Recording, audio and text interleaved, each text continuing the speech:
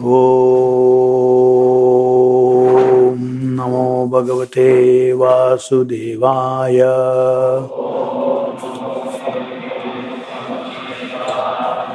Reading from Srimad Bhagavatam, 4th Canto, Chapter 16, text number 4. Yesha Dharma Vritam Shreshto Lokam Dharme Anuvartayan Vokta cha Dharma Setunam Shashtha Tat Paripantinam. This King Maharaj Prithu is the best among those who are following religious principles. As such, he will engage everyone in pursuit of religious principles and give those principles all protection. He will also be a great chastiser to the irreligious and atheistic.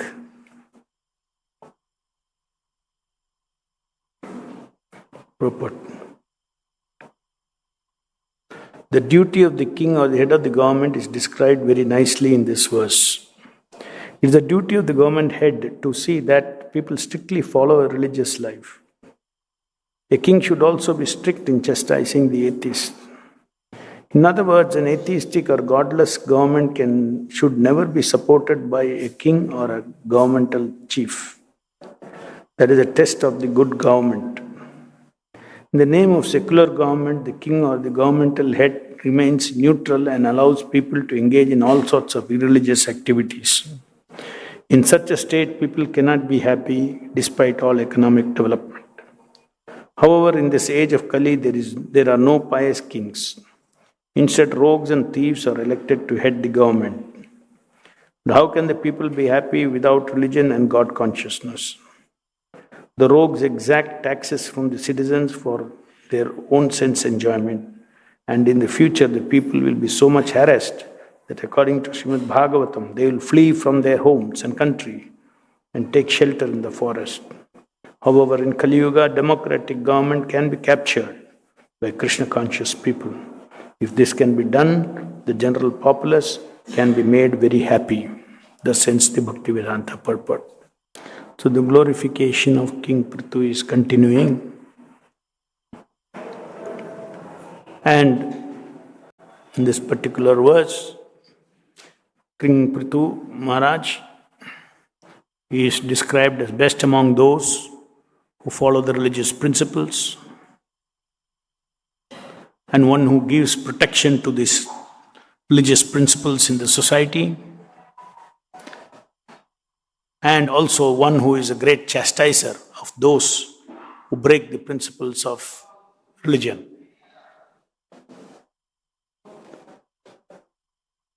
So these are exactly the duties of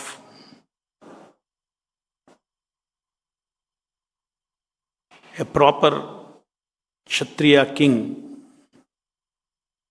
or Raja Rishi who rules over the population.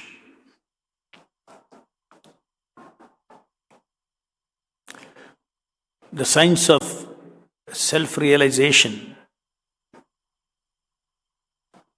is not simply about one individual's, or my science of self-realization is not simply pursuing who I am, but the complete science of self-realization is to pursue who I am, what is this world, who is controlling this world,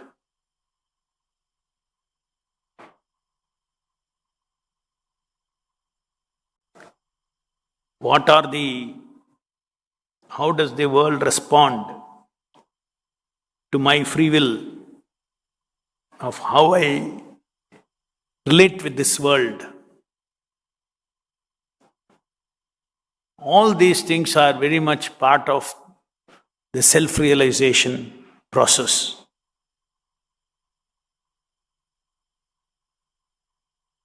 Normally we think, okay, I become self-realized by sitting and just meditating. I am not this body, I am the soul. Or neti, neti, neti, this is not truth, this is not truth. Then I become self-realized. These are all self-centered processes. These are not complete self-realization. Self-realization means self-realization with God realization. It's not simply knowledge about me, my mind, my intelligence, my false ego, my soul. It's not just about that. Real self-realization is about understanding the entire system. So, the entire system is created by the Supreme Lord. The purpose of existence is Anandamayobhyasat. Upanishad says so. Why this exists, the way this world exists. Anandamayobhyasat. For enhancing the total ananda. Not separated ananda of each person. It's an integrated ananda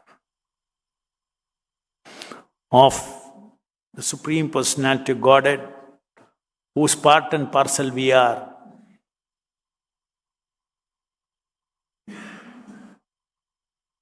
So self-realization is not simply Sankhya or knowledge about me, my mind, myself, and controlling my mind and all these things. But there is a Vedic perspective, there is a broad perspective of why this existence.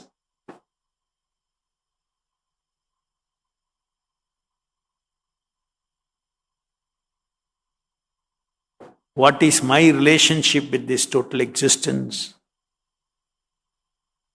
What is the relationship of multitudes of living entities with this material world?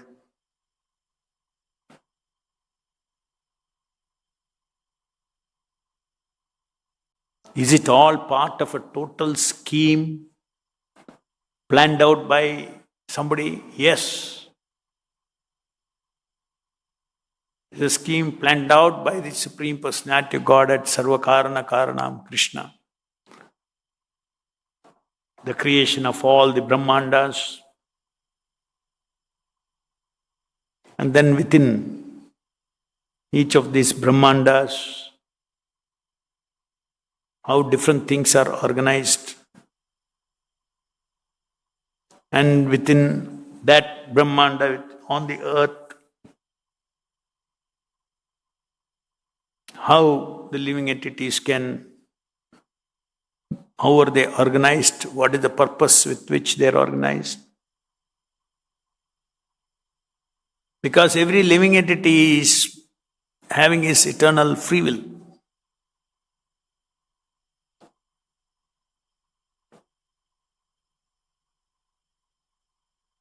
Free will means you have got so much opportunity to act in so many ways. You got options to think in so many ways, feel in so many ways, will in so many ways. So when millions and millions of living entities, billions, unlimited jivas are in this earth, they all have free will. How can there be harmony? How can existence go on without an order?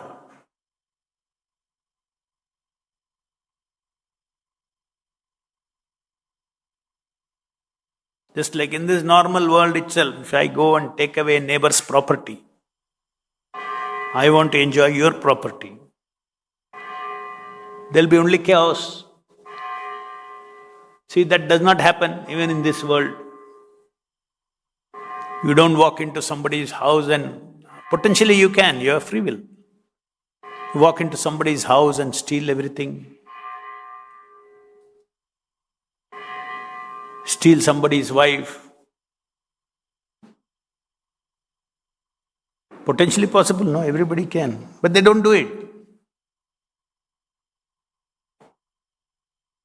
So at least some order is there now. Kali Yuga, as it advances, it's a different matter. Everybody is restricting himself, restraining himself, even now. Because immediately there is a police station, he'll go and complain. So state is maintaining a department to see that there is order. Why this is required? Because each living entity has got free will to do what he wants. So even though we all have potentially free will to do what we want, we exercise self-restraint.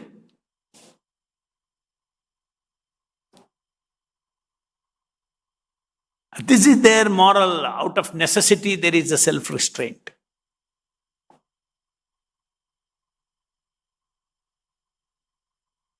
Somebody is ruling, whether this is some democracy or king or this, whatever it is, somebody is ruling.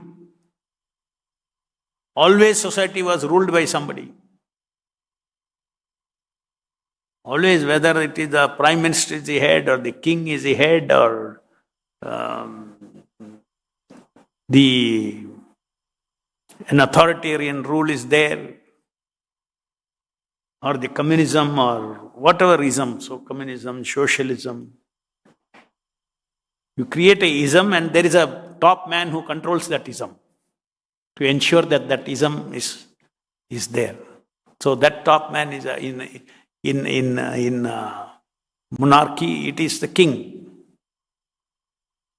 Democracy, it is like in India, it is the prime minister who holds all the powers. Or it's the president of America who holds all the powers. Somebody has to be on the top. And he's called the ruler. And there are subjects who has to follow in the course of their living, in the course of each person is an individual and he has got self-centric demands. My eating, my sleeping, my mating, my defending, my power, my social power, so society in everything, all these kind of things, social ego. So each person is pursuing that. Isn't it this the world? Each person is pursuing his self-centered goals. And through a system, the ruler sees that you pursue your goal without disturbing somebody else, or you pursue your goal by following certain rules. Just like in business, somebody is profiting, that means somebody is losing.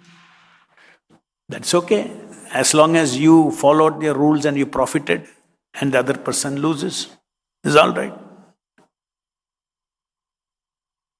So all kinds of desires, multitude of living entities and their desires, they can be only harmonized through rule of law.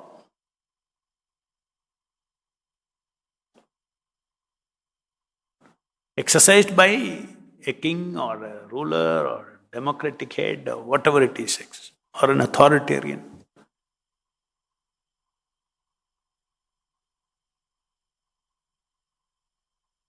Now this is not just, this requirement, it not just some necessity alone. This is the way the Creator has set up this world. In other words, every living entity has to be aware of the principles of Dharma.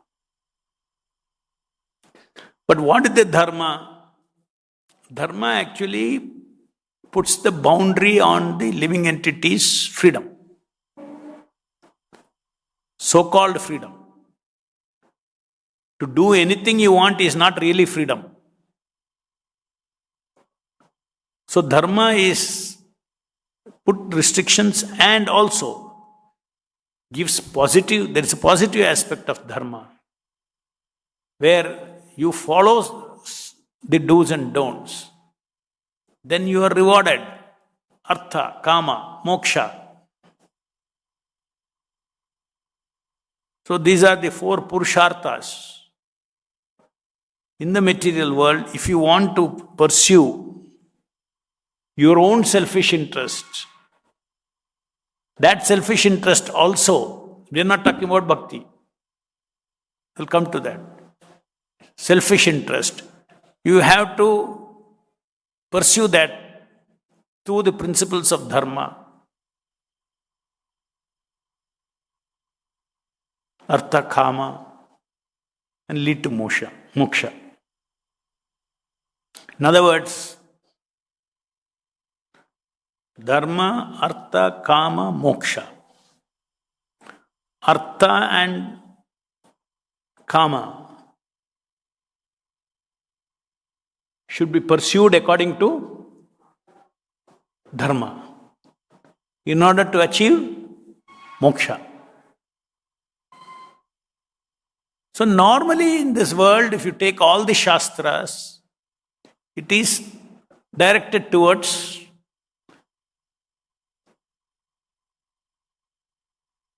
moksha,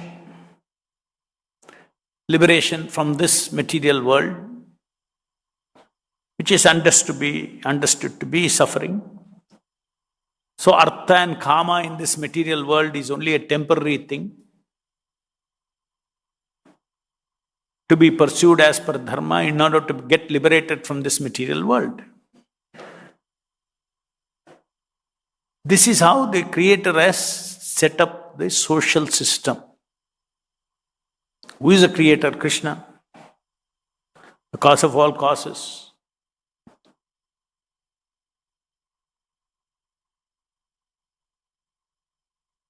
And then it is not simply dependent, if the king does not protect the principles of dharma, then there will be consequences of reaction from the material nature.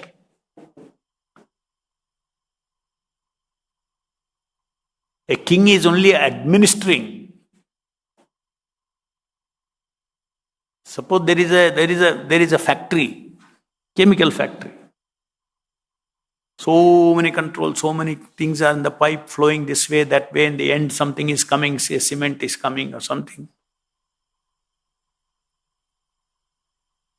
That is a system. In that system there is CEO or operations chief. He only sees that every individual who is working in the plant is doing his duty with respect to cement production. Is it not?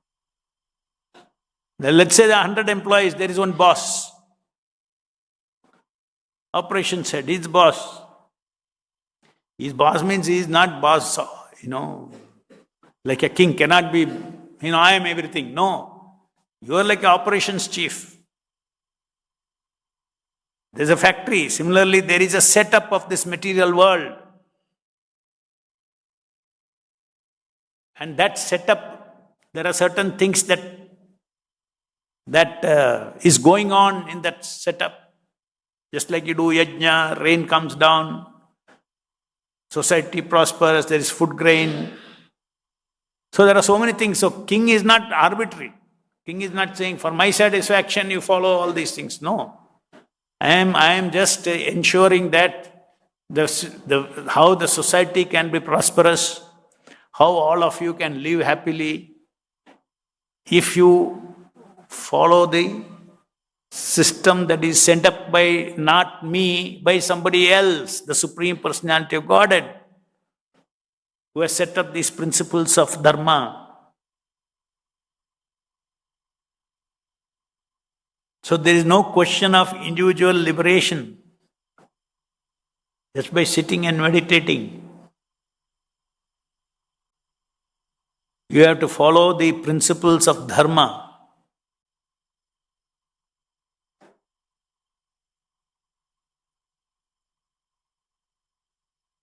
If you simply, a kid wakes up and says, I want self-realization, I'll sit and meditate, I'll pursue jnana, it doesn't work. Because he has to live in the society. What to do, what not to do. In order to achieve moksha, he has to follow those principles. So this is a reality. I am not alone to do what I want to achieve my self-realization. For my self-realization, for each one living entity's self-realization, he has to be on the track of Dharma, Artha and Karma. Artha and Karma is necessity. That necessity should be pursued under the principles of Dharma. And the scriptures are describing all that, like how Bhishma was, what is Varnashrama Dharma, Krishna himself says what is Dharma. So one should have respect towards other living entities, one thing, so that one does not encroach upon their rights, their individuality, their free will. That is one aspect. Plus, we should have the right perspective towards the world. What you can do with your body. This body is also part of the world. What you cannot do with this body. For instance, the biggest pillars of Dharma is no intoxication, no meat eating, no illicit sex, no gambling. Because these things are self-destructive. Not only a living entity can use his free will with respect to doing what he wants with others. He can also use his free will to do what he wants with himself. I can take a blade and I can cut somebody, I can harm myself. I can take a blade and cut somebody else. So dharmic rules are there for what you do to you as well as what you do towards others. That is why they say, okay, it's my life, I will take my life out, I will commit suicide. It's the biggest sin. Committing suicide is the biggest sin. So you get punishment for that. You have to roam around as a ghost. For how many lives you do not know. Means, how many lives of normal world life? Your relatives, all this would have gone, 10 generations would have gone, 20 generations would have gone, but your Atma will hang around as a ghost without a body. Very frustrating.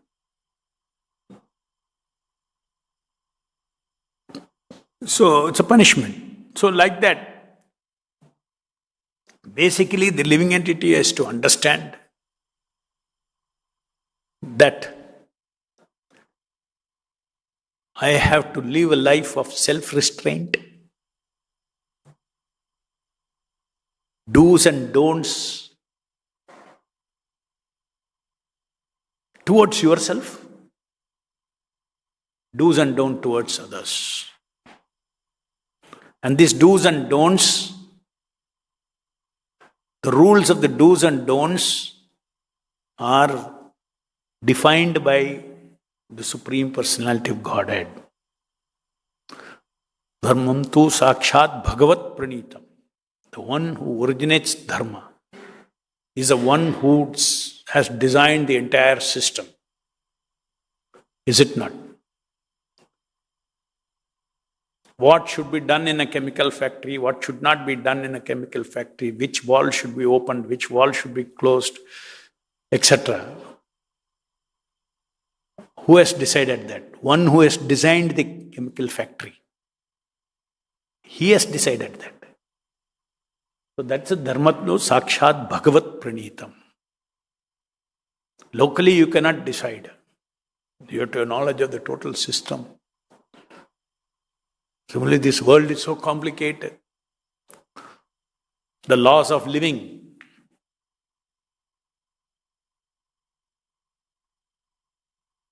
So if the soul has to progress, self-restraint is an eternal quality of the living entity that is required not only here, even in the spiritual world. In the spiritual world, this self-restraint comes out of love. You don't feel restraining yourself.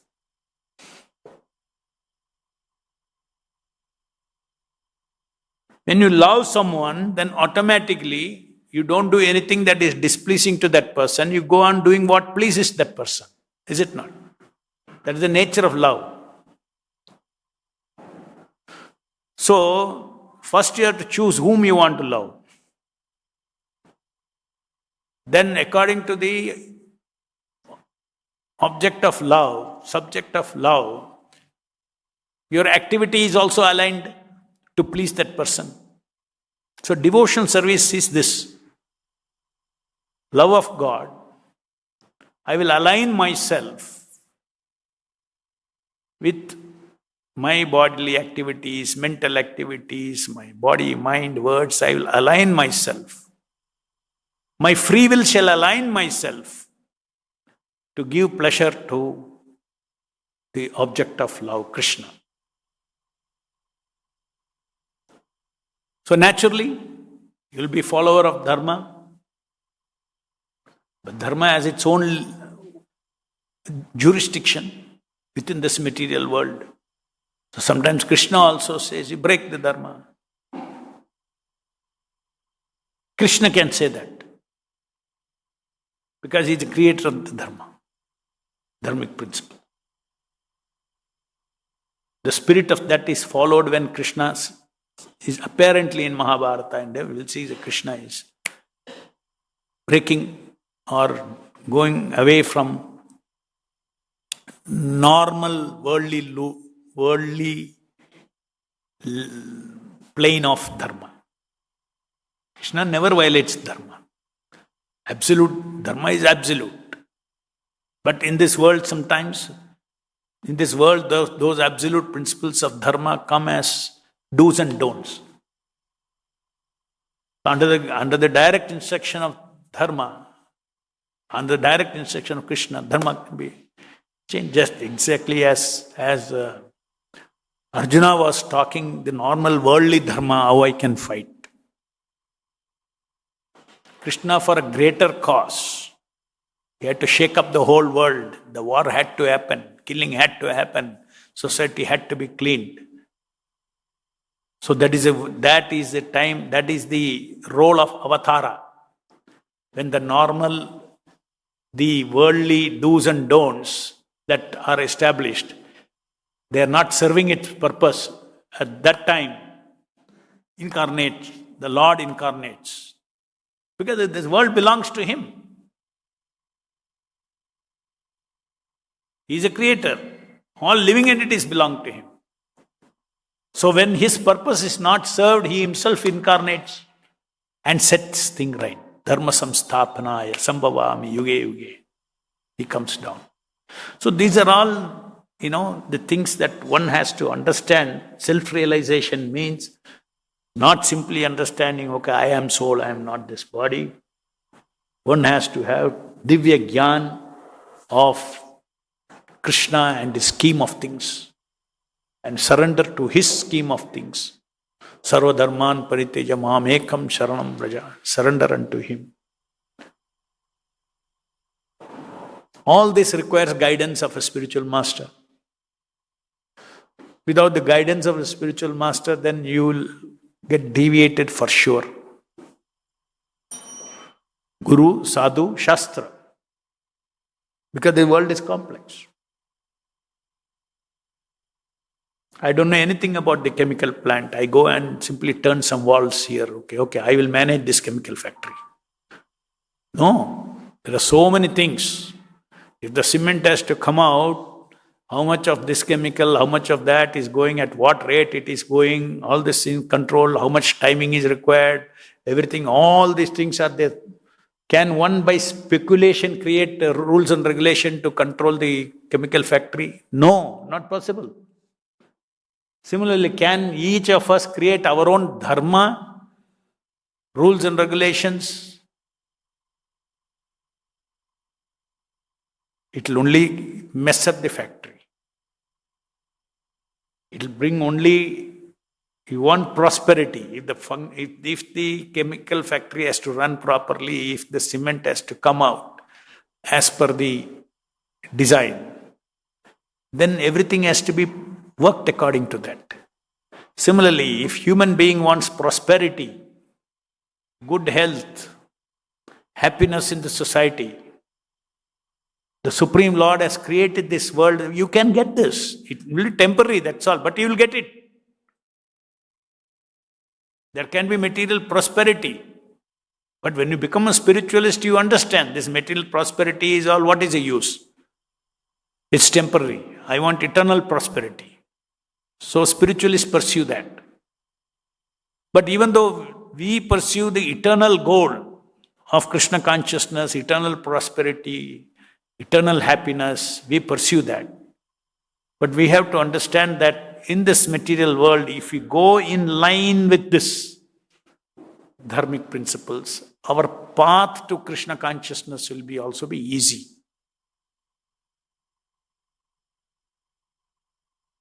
Suppose there is no rain in the society. Even you, as a devotee of Krishna, even we will also have an uphill. We may chant, we may depend on Krishna more when there is problems in the world. But those problems in the world make your life uphill. So therefore in Krishna consciousness, this dharma, artha, kama, moksha, the principles of that are also very much applicable to us 90% of the time. Not that we go offer demigods, yajna and all these things for our necessities, we don't do that. But we follow the other principles in the society. No illicit sex, no intoxication, no meat eating, no gambling. We follow these things. These are normally considered to be papa and punya. So why you are bothered about papa and punya, just chant Hare Krishna? No, we have to follow these principles. Our path to Krishna consciousness will be easier. We practice Krishna consciousness being in the path of dharma, but not strictly. In the sense, not strictly as per the rules of the Shastra for fruitive activities. We do not follow the fruitive activities. Do this, please this demigod, that demigod.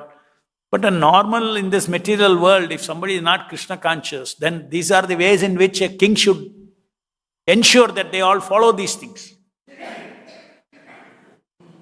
So in that sense, once you take to the path of bhakti yoga, direct surrender to Krishna, then there are certain things within the codes of normal dharma we follow.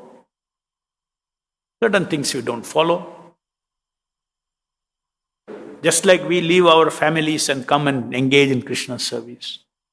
Apparently our duties to our parents is we are neglecting. These are all the dharmic rules. What your obligation to your parents, what obligation to your relatives, all these things.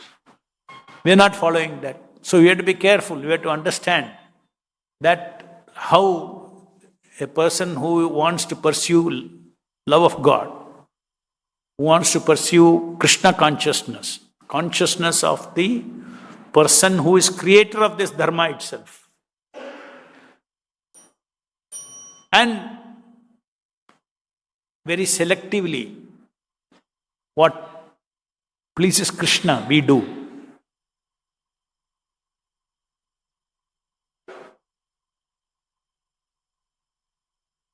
In the prison house, so many laws are made for the prisoners. Somehow, by good fortune, if there is an opportunity to get out of the prison, and those are the principles of bhakti. That is why you see, Sarva Dharman Parityajya Mam Ekam Sharanam Vraja. The highest, the purpose of the prison is to rectify and come out of the prison house. But if you're wanting to come out of the prison house, Mamekam Sharanam, that is the highest religion. All other dharmas, Sarva Dharman Parityajya. You give up all other things. They become secondary to my developing love of God. They become secondary. So these things we need to, this Bhagavatam not only gives us the message for love of Godhead, also gives us a message of how even this world there can be prosperity for the population, so that in that situation, people who want to transcend this papa and punya, they get an opportunity to develop their bhakti in a favorable circumstances created in the world, which one can utilize it. Either to transcend this world, or you go on increasing more and more. Prosperity does not necessarily mean it's a one-way traffic. One way. You prosper and then go back to Godhead. No. Your prosperity you can again misuse. Abrahma bonloka punaravartano arjuna. You can keep going within this. That is why we say punya is not a permanent benefit.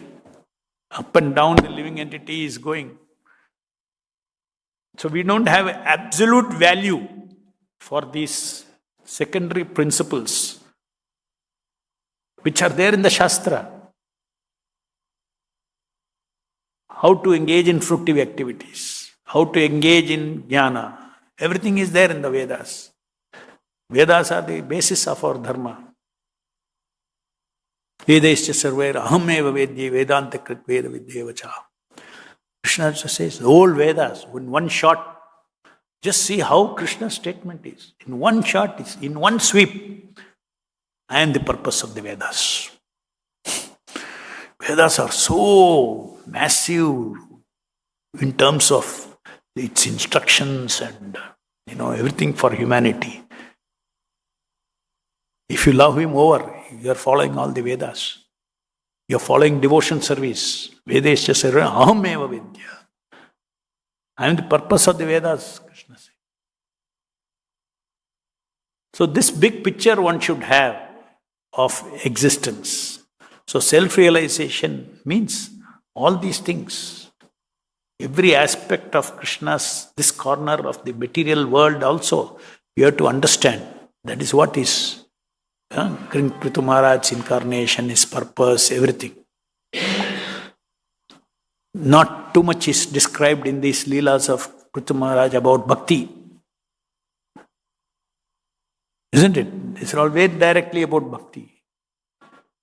It is about this world, how to rule this world, how each one of us should follow the system. So when we understand this, when we read many of these Leelas, then we have to, by reading Prabhupada's purport, you will see how Prabhupada beautifully connects everything to the ultimate goal of life of Krishna consciousness. Just like you see in this purport. After saying all that, Prabhupada is saying, however, in Kali Yuga, democratic government can be captured by Krishna conscious people. If this can be done, the general populace can be made very happy.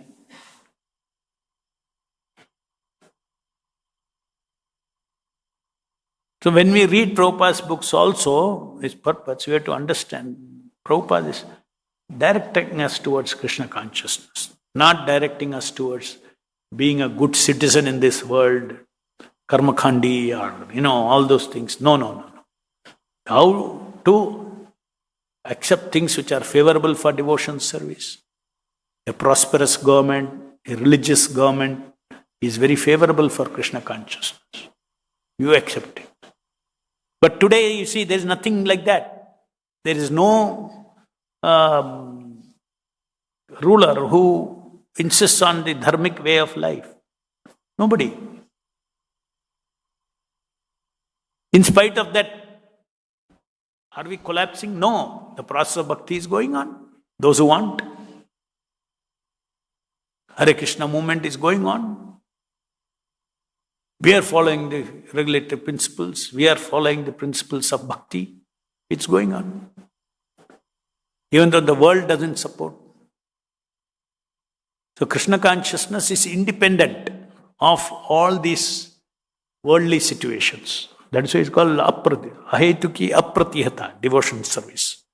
It cannot be stopped by communist government, it cannot be caused by democratic, it cannot be caused by the theocratic or whatever it may be. No. If somebody wants to pursue Krishna consciousness, then it is transcendent. He may have hardships. That is different. There may be a smooth way to transcend and there may be a very hard way to transcend. All these things. So if there is just like in India, the way the system of government is giving us a lot of protection. In a way it is giving. So somewhere it is favorable for devotion service. Nobody is disturbing this temple. That itself is a big thing. If you had a temple like this in a Muslim country, you will not be able to. They will not be able to. You have to practice yourself in a hiding manner. So many situations may be favorable. Some be little more favorable, some reason. So that way we are very blessed that in spite of so much of foreign rule, by different foreign forces in this country, the Mughals, the British, still, we see that there is our Sanatana culture remains to a large extent. But families are the units that protect the culture. Once a family is broken, you see, our education system was broken by the Britishers. Still the culture could not be destroyed because in the family that culture remained. Because it is in the family that children are growing. Their perspectives are formed within the family. So that family system is not been fully broken or not deteriorated to that extent. So the culture remains Sanatana culture. God consciousness may not be there. Whether the person is God conscious or not, the family will go and celebrate Ganesh Chaturthi. All family members may not be believing in what is Ganesh, who is Ganesha, who is Shiva, who is this, all that. But the culture is such that neighbor is celebrating, how I cannot celebrate? They have kept Ganesha in their house, how I cannot do it? So there is a cultural influence. So the whole state, whole population, Ganesh Chaturthi. In each state it's different. If you see in Maharashtra, Ganesh worship is so powerful. The entire that time of that Ganesh Chaturthi, the whole vibration of Maharashtra is Ganesh. So I'm just telling the cultural aspect, how it is still there. How it is still there. So India has a lot of hope. Bharat has a lot of hope. When people try to convert, now we get, say somebody gets converted to another religion, we get so much, we see disaster for Sanatana Dharma. But can you believe, hundreds of years Muslims ruled this, yet they could not convert India into Muslim nation. Ruling means not hundreds of years, 800 years of powerful, of course they harmed many converted, no doubt. But look at the percentage. Even today, the percentage of Muslims in India is how much? 20? Around 20. They could not wipe out. Similarly, Christianity. Any other questions?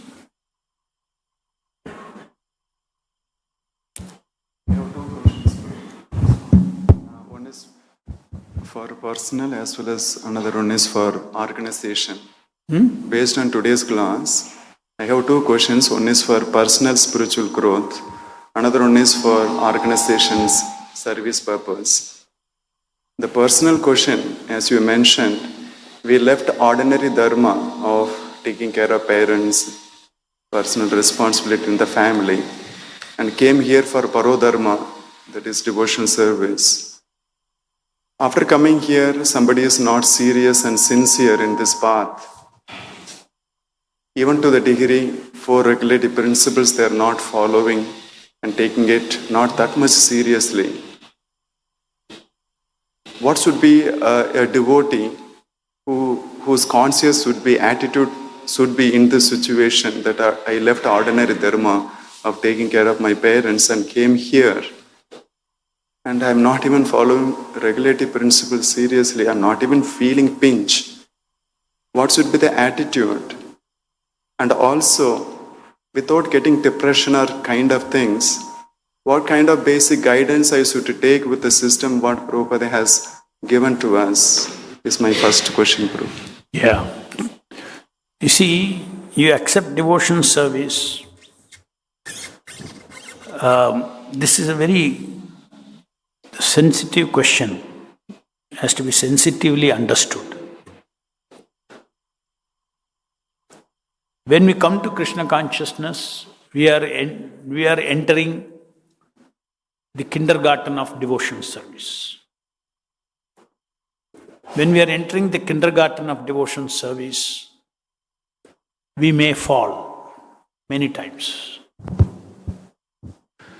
When we fall down in many times with our senses being conditioned in so many ways, then should I take a decision that, look, I am neither following this nor I have left that my ordinary dharma and here I am not able to follow perfectly. So maybe I have to go back and follow those things properly. The only answer to this question is because fall down will be there. A child is learning to walk. When you are in kindergarten, when you learn to walk, a child will fall. But the walking capacity is in the child. So we have to understand whether I am still going to school, whether I am, in spite of falling, whether I am getting up and further, I have lost the spirit to achieve Krishna consciousness. This you have to check. Have I settled here in devotional service like a karmi for so many things? You've forgotten that I am in spiritual life and here so many facilities are there. I can settle in all these facilities. Then it is very dangerous. Just merely falling down does not necessarily mean you have to leave devotion service. You may fall down once, or you may fall down once in a while. But what about the 99% of the time you are executing devotion service? That will one day, your spirit to become sin-free, sinless, apapavidam. Your determination to, maybe it will, now I'm in kindergarten, when I go to 10th standard, I'll become 100% sinless. So his determination to become sinless, when he falls down, he repents and he finds what best he can do. He is determined. Even if he fails 100 times, he is determined. He doesn't give up because this is so complicated. Maya is like that. He will chant more better, he'll increase, he'll read more, this thing, he will do. All medicines are available to us. So take intense treatment. So if you don't take treatment, you should not get disappointed. You should understand that failure is part of success. Those who are impatient, they think, oh, I am not succeeding. I am not able to control my sins. Your process is, you are doing devotional service. That is the main process. And this is by the way.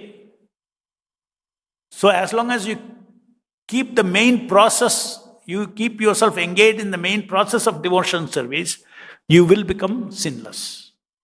That is the power of devotional service. You follow Prabhupada's 16 rounds, this thing, you will become perfect in following the 4 regulatory principles. It may take time.